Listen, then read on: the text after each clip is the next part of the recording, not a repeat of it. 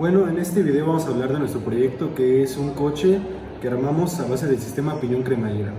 Los materiales que utilizamos para armarlo fue madera balsa, que el profesor nos recomendó debido a que es muy fácil de cortar. También utilizamos llantas de Lego, ya que fueron las más sencillas de conseguir y de ensamblar, aunque hubo un problema debido a que las llantas pues no generaban la fricción suficiente, entonces para eso tuvimos que usar ligas que colocamos en las llantas para que generara esta fricción. También utilizamos el piñón y la cremallera que nos fueron proporcionados por el profesor, y un motor que compramos en Steren y una pila que va conectada al motor para darle energía. También para el eje trasero utilizamos un palito que es el que sirve como este eje y que conecta las llantas traseras, y una placa de madera que es la que une el eje delantero con el trasero. Bueno, ahora para el armado. Para el armado cortamos la madera balsa, las piezas que necesitábamos para construir el semieje delantero y también para hacer las rótulas, que es las que van conectadas al sistema piñón cremallera, que es movido gracias a que construimos un volante que, como pueden observar, hace que se muevan las rótulas y las llantas. Para colocar las llantas lo que hicimos fue utilizar piezas de Lego que pegamos a las rótulas y colocamos la llanta. Como ya he mencionado, las llantas tenían un problema de fricción que resolvimos poniendo unas ligas, como pueden observar. Luego, para unir la parte delantera con la trasera, cortamos una tabla de madera, que es esta, que une esta parte delantera con el eje trasero, que va unido con un palo de madera, y pues este palo une las dos llantas traseras. Luego construimos una base con la madera balsa en donde va el motor, que es el que activa todo el sistema trasero. Como podemos ver, nuestro volante está directamente conectado con nuestro piñón, que esto genera que cuando movamos el volante, el piñón también se mueva, generando así que nuestra cremallera se pueda desplazar. Como dijo mi compañero anterior, nosotros utilizamos madera balsa. Esto fue una espada de doble filo. ¿Por qué? Esto era muy maleable, pero muy frágil. Intentamos utilizar tornillos, pero no salió. Entonces, porque pues se rompía al momento de intentar taladrar. Entonces utilizamos clavos y teníamos que martillar de una manera muy cuidadosa. Pero también esto volvió que se volviera filoso. Tuvimos que poner otras extremidades y otro semieje, generando así una tapa. Esto fue productivo debido a que así se podía fortalecer nuestro diseño. El diseño que íbamos a utilizar antes era así. ¿Cómo era así? Dibujamos un ángulo que iba desde las ruedas hasta el centro de nuestro coche, y donde atorara nuestra cremallera, ahí debía ser. Nosotros lo íbamos a hacer así, pero no nos salió debido a que nosotros queríamos hacer que nuestra rótula y nuestra extremidad tuviera articulaciones, y al momento de doblar esto sí giraba, pero nuestra rótula no. Entonces optamos por hacerlo estático. Bueno, ahora que mis compañeros ya explicaron la construcción y el ensamblado de nuestro sistema piñón cremallera, tuvimos que hacer experimentos físicos con este sistema para ver qué tanto se apegaba a los conceptos teóricos bajo los cuales debería de operar.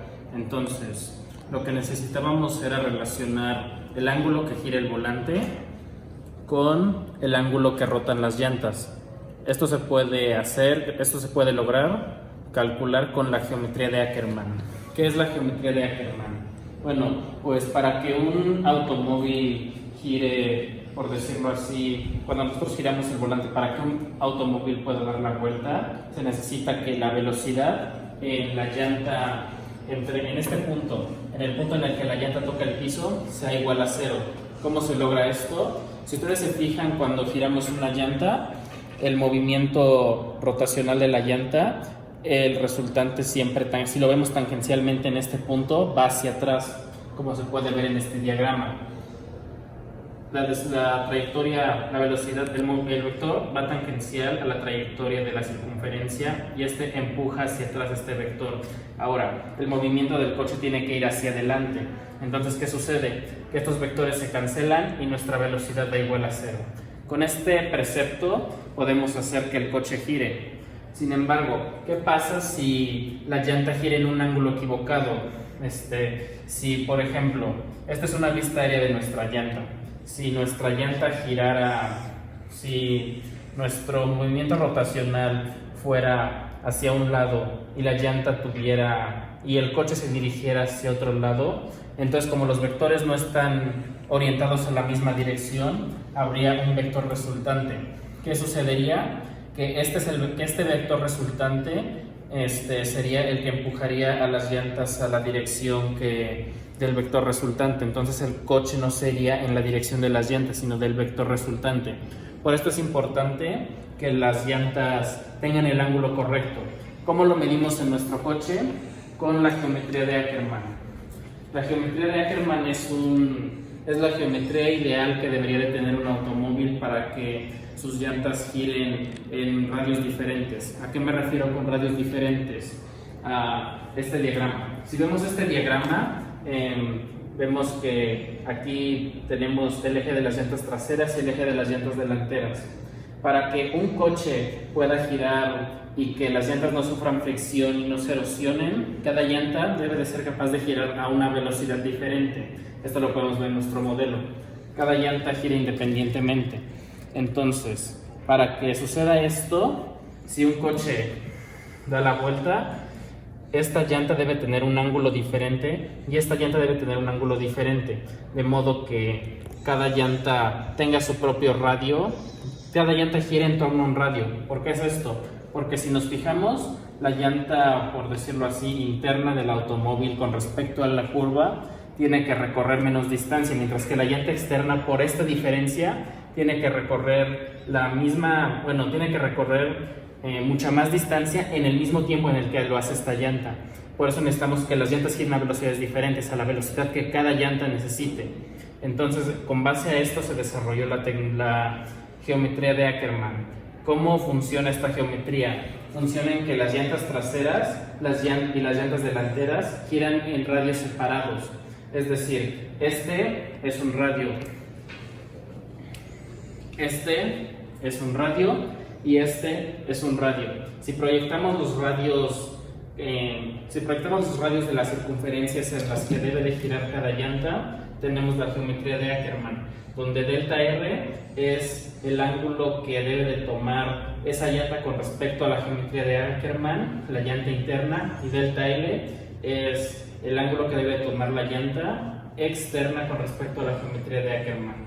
Bueno, podemos notar que en cuanto giramos nuestro volante, esto, como está directamente anclado al piñón, el giro del volante provoca un giro en el piñón y a su vez provoca un desplazamiento lineal en la cremallera. Entonces, podemos decir que existe una relación entre el giro de nuestro volante y los ángulos que tiene que tener cada llanta con respecto a la geometría de Ackermann que explicamos anteriormente. ¿Cómo lo medimos? Pues tuvimos que parametrizar algunos giros del volante y con base en estos giros calcular los ángulos. Entonces recurrimos a un software, Logger Pro, que nos permitía hacer esto por medio de un video, y pues mediante este video pudimos calcular el desplazamiento del volante. Supongamos que este es nuestro volante y empezamos aquí. Entonces nosotros decidimos girar nuestro volante de modo que el punto que estaba inicialmente aquí terminó aquí. Podemos calcular el ángulo que este volante recorre mediante la ley de senos y cosenos, que es esta: c cuadrada es igual a a cuadrada más b cuadrada menos 2 por a por b por el coseno del ángulo, donde estas serían nuestras proporciones. Entonces, si despejamos el ángulo, nos queda esta fórmula, esta ecuación. Esta es la ecuación con el ángulo despejado y esta es la ecuación que utilizamos para calcular el desplazamiento, el ángulo del volante, los ángulos del volante parametrizados. Entonces, ¿cómo obtuvimos A, B y C? Por medio de un software llamado Logger Pro que nos permite calcular distancias. Una vez que obtuvimos nuestro ángulo del volante, ya podíamos calcular los ángulos de la geometría de Ackermann. Entonces, una vez que determinamos los ángulos del volante mediante esta ecuación, podemos determinar los ángulos que toman nuestras llantas con respecto a la geometría de Ackermann y ver si satisfacen la geometría de Ackermann. ¿Cómo lo hicimos? nosotros ya teníamos los ángulos del volante que debía girar. Entonces, ¿qué hicimos? Otra vez en Logger Pro hicimos fotografías por decirlo así, tomadas desde un plano aéreo del automóvil con el volante girado en cada uno de los ángulos que habíamos calculado. Entonces, con base en estos ángulos podemos ver que proyectamos el eje de las llantas traseras, proyectamos el radio de la llanta delantera, de la otra llanta delantera, y con ayuda de este software, que solo necesitábamos una referencia. Por ejemplo, nosotros usamos la referencia de nuestra placa de madera que mide 11.5 centímetros. Con base en esta referencia, el software nos puede determinar estas distancias. Entonces, hicimos esto para cada uno de los ángulos que habíamos calculado inicialmente con el volante, y con base en estos ángulos que habíamos calibrado previamente del volante, pudimos determinar la geometría de Ackermann y los valores de los radios de nuestras llantas delanteras y traseras para cada giro del volante. Entonces, una vez con esto, pudimos calcular el ángulo ideal de Ackermann para cada uno de nuestros volantes, para cada uno de nuestros giros. ¿Cómo se calcula el ángulo de Ackermann? Esta es nuestra ecuación de Ackermann. Entonces, nosotros solo necesitábamos el ángulo para nuestra delta L, que corresponde a la llanta externa.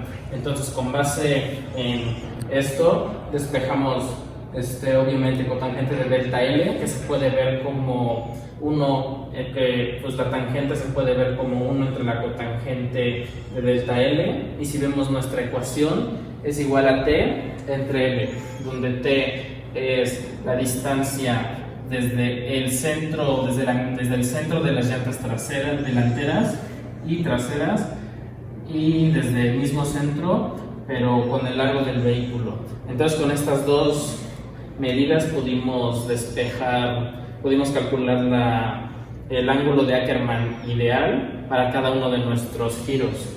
Y pues, una vez que hicimos esto, pudimos ver cuánto se alejaba el ángulo que calculamos nosotros de nuestra llanta con el ángulo de Ackermann. En primera instancia, lo que podemos ver es que a medida que aumenta nuestro giro del volante, el ángulo de nuestro ángulo de giro de nuestro coche se va distanciando cada vez más de nuestro ángulo teórico de Ackermann. Esto podría tener algunas implicaciones a que en algún punto, si giramos demasiado el volante, nuestros radios se podrían desfasar y entonces las llantas podrían sufrir fricción, o esto podría afectar la maniobrabilidad del vehículo, por lo mismo de que el giro de las llantas debe de que los vectores de rotación de la llanta y de dirección del vehículo deben de cancelarse. Entonces, por fortuna, esto no puede suceder en nuestro vehículo, porque por el error al momento de crear el sistema piñón-cremallera que mencionó nuestro compañero anteriormente, en el que pues tuvimos que unir estas dos piezas, por este mismo error, este error limitó en parte los ángulos, el desplazamiento del volante y los ángulos de giro de los neumáticos que iban a tener originalmente, y pues resultó que nuestro ángulo máximo de giro fue de 55.39 grados. Entonces tenemos que esta va a ser la diferencia máxima con el ángulo de Ackermann, que pues es menor a 10, entonces podemos decir que todavía es aceptable. Ahora también tuvimos que calcular el desplazamiento teórico de la cremallera, que esto se calcula con los engranes y con el radio de nuestro piñón, el ángulo de giro de nuestro volante entre 360 grados por el número de dientes de nuestro piñón, en nuestro caso son 20 dientes, por la distancia entre los dientes de la cremallera, que para nuestra cremallera son 2 milímetros. Entonces, con esto pudimos calcular el desplazamiento teórico de la cremallera, y pues también calculamos el desplazamiento real que tiene nuestra cremallera en este sistema, y nos dimos cuenta que el error relativo de la cremallera al igual que el error relativo, bueno, al igual que la diferencia entre nuestro ángulo de giro real y el ángulo teórico de Ackermann va aumentando con el tiempo, y pues es un fenómeno similar, pero como ya dijimos, nuestro ángulo máximo es de 55 grados, entonces todas estas implicaciones no afectan demasiado la durabilidad, bueno, la maniobrabilidad de nuestro vehículo. Como mencionó mi compañero anteriormente, decidimos incluir un motor en la parte trasera del coche. Esto debido a que las llantas traseras son las que generan el movimiento de este. Para conectarlo, decidimos soldar dos cables, uno positivo y uno negativo, a una batería que compramos. De igual forma, decidimos incluir un switch para prenderlo y apagarlo. Finalmente, para que pudiéramos mover las llantas del coche, colocamos una liga a los ejes de las llantas. Sin embargo, también tuvimos algunas dificultades para que el coche se moviera. Como recomendación, decidimos que el circuito paralelo era la mejor opción. Sin embargo, debido al tiempo, decidimos hacer un circuito en serie, en el que en este caso nada más incluimos un motor. Sin embargo, creemos que para que el coche pueda generar la fuerza suficiente, tengamos que incluir tanto un motor en la parte izquierda como en la parte derecha, y esto provocará que el coche se mueva adecuadamente.